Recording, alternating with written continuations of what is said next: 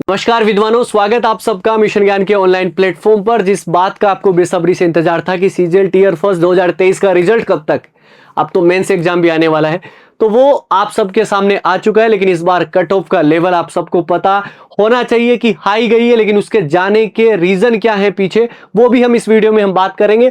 सबसे पहले तो मैं आपको बता दूं कि सीजीएल की तरफ से 4 लिस्ट आपकी इस बार जारी हुई है। 4 लिस्ट किस तरीके से आपकी जारी हुई है, सबसे पहले हम बात करते हैं लिस्ट फर्स्ट की, जिसके अंदर जो बच्चे डबलओ की पोस्ट के लिए जो है वो अप्लीकेबल हुए मेंस एग्जाम देने के लिए, आपका for the post of assistant audit officer and assistant account officer, और उनकी अगर मैं कट ऑफ की अगर मैं बात करूं और थोड़ा सा अगर आप ऊपर चलेंगे और यहां पर देखेंगे तो ये कट ऑफ आपके सामने नजर आ रही होगी। यू आर जनरल कैटेगरी की अगर मैं बात करूं तो 169.67 आपकी है, यानी कि लगभग 170। तो अब आप देखिए कि हाईएस्ट मार्क वाले स्टूडेंट जो है वो यहां पर आपको नजर आ रहे हैं।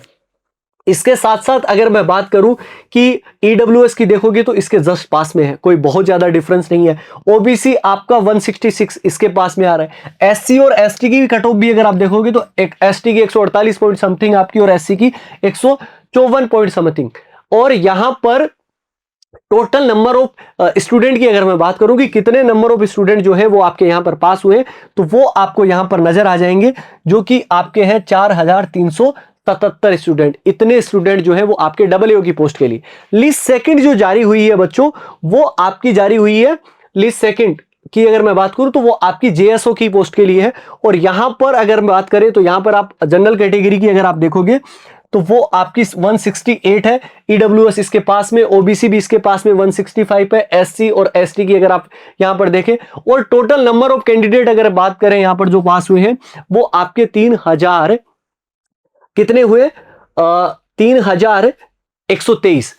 इसके बाद में अगर मैं बात करूं लिस्ट थर्ड की, तो लिस्ट थर्ड आपकी जारी हुई है, वो भी आप यहां पर देख सकते हैं कि जो कि आपके स्टैटिस्टिकल इन्वेस्टिगेटर ग्रेड सेकंड है उसके लिए। और यहां पर उसकी कट ऑफ की अगर मैं बात करूंगा तो यहां पर वो भी आप कट ऑफ देख सकते हैं कि किस तरीके से आपकी कट ऑफ यहां पर जारी हुई है। जनरल कैटेगरी की 172 है यहां पर। और इसी तरीके से आप ईडब्ल्यूएस, ओबीसी और एसटी की आप यहां पर जो है कट ऑफ देख सकते हैं। और यहां पे टोटल नंबर ऑफ स्टूडेंट की अगर मैं बात करूं तो 3140 है। लेकिन ये बच्चे जो हैं वो आपकी ऑल अदर पोस्ट के लिए भी तो एप्लीकेबल है, क्योंकि इनके तो हाईएस्ट मार्क्स वाले स्टूडेंट हो गए। अब बात करते हैं लिस्ट 4 की, जिसमें मैक्सिमम जो है वो आपके कैंडिडेट जो पास हुए हैं उसकी अगर मैं बात करूंगा लिस्ट 4 की। ऑल अदर पोस्ट मतलब अगर मैं बात करूं यहां पर तो वो किस किस के लिए हो जाएंगी, जैसे कि आपका एक्साइज इंस्पेक्टर हो गया, इसके साथ साथ आपका बात करें कि एएसओ हो गया, इसी के साथ साथ इनकम टैक्स ऑफिसर हो गया, सीबीआई होगा, उन सभी ऑल अदर पोस्ट के लिए यहां पर कट ऑफ मार्क्स।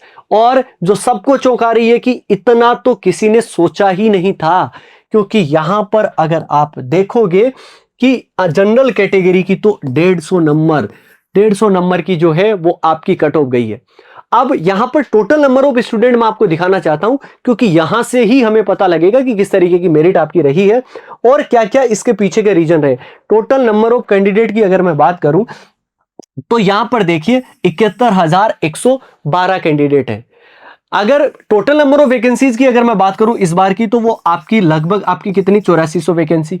और अगर आपका इसका टाइम देखें कि कितने गुना पास किए गए, तो लगभग आपका 8.5 गुना जो है वो यहां पर पास किए गए। मैं अप्रोक्स बता रहा हूं, अब 8.5 गुना अगर यहां पर पास किए गए। जनरली आपका एसएससी 12 से 15 गुना जो है वो पास करती है। तो पहला तो यही अंतर हो गया। अच्छा जी, ये जो आपको मार्क्स जो नजर आ रहे हैं ये आपको नॉर्मलाइज मार्क्स नजर आ रहे हैं। आप ये मत समझिएगा कि ये जो है वो रो मार्क्स, अगर ये रो मार्क्स होते तो आप नॉर्मलाइज मार्क्स जो है वो आप 10-10 या 8-8 नंबर जो है वो आप और बढ़ के देखते, तो ये नॉर्मलाइज मार्क्स है। और सभी पेपर में कि अगर एनालिसिस की अगर मैं बात करूं तो कोई बहुत ज्यादा नॉर्मलाइजेशन में आपका फर्क नहीं आया है। वो इसलिए क्योंकि सभी का लेवल जो है वो लगभग सेम था। तो पहला तो यहां पर ये कितने गुना पास किए गए, इससे जो है वो बहुत ज्यादा फर्क पड़ा। अच्छा जी, पेपर का लेवल वैसा ही है जैसा कि मैंने आपको बताया, नॉर्मलाइजेशन में इसके अलावा कुछ नहीं है। तो सबसे पहले तो जो बच्चे आपके जो टीयर सेकंड के लिए एप्लीकेबल एलिजिबल हुए हैं, जो आपके मेंस एग्जाम देंगे, जो कि आपका अक्टूबर में ही है, मतलब 1 महीना जो है वो उससे थोड़े दिन आप ज्यादा लगा लो, तो आपका 1 से सवा महीने के बाद में आपका एग्जाम है। तो उसकी तैयारी में आप लगे रहो। पहले तो उन सभी को बधाई जिन्होंने इस पेपर को जो है वो क्रॉस किया। और कुछ बच्चे, कुछ मायूस चेहरे जो है वो इस बार बैठे होंगे कि यार इस बार नहीं हुआ, इस बार उम्मीदें बहुत सारी थी। लेकिन बच्चों, अगर ये मैं बात कहूं कि ये जिंदगी का लास्ट एग्जाम नहीं था, आगे एग्जाम आएंगे, आगे साल आएंगी, आगे वैकेंसीज आएंगी, आगे पोस्ट आएंगी आपकी। डरना नहीं है, घबराना नहीं है। अगर एक बार नहीं हुआ इसका मतलब ये नहीं है कि आप जीवन में कभी भी कोई पेपर पास नहीं कर पाओगे।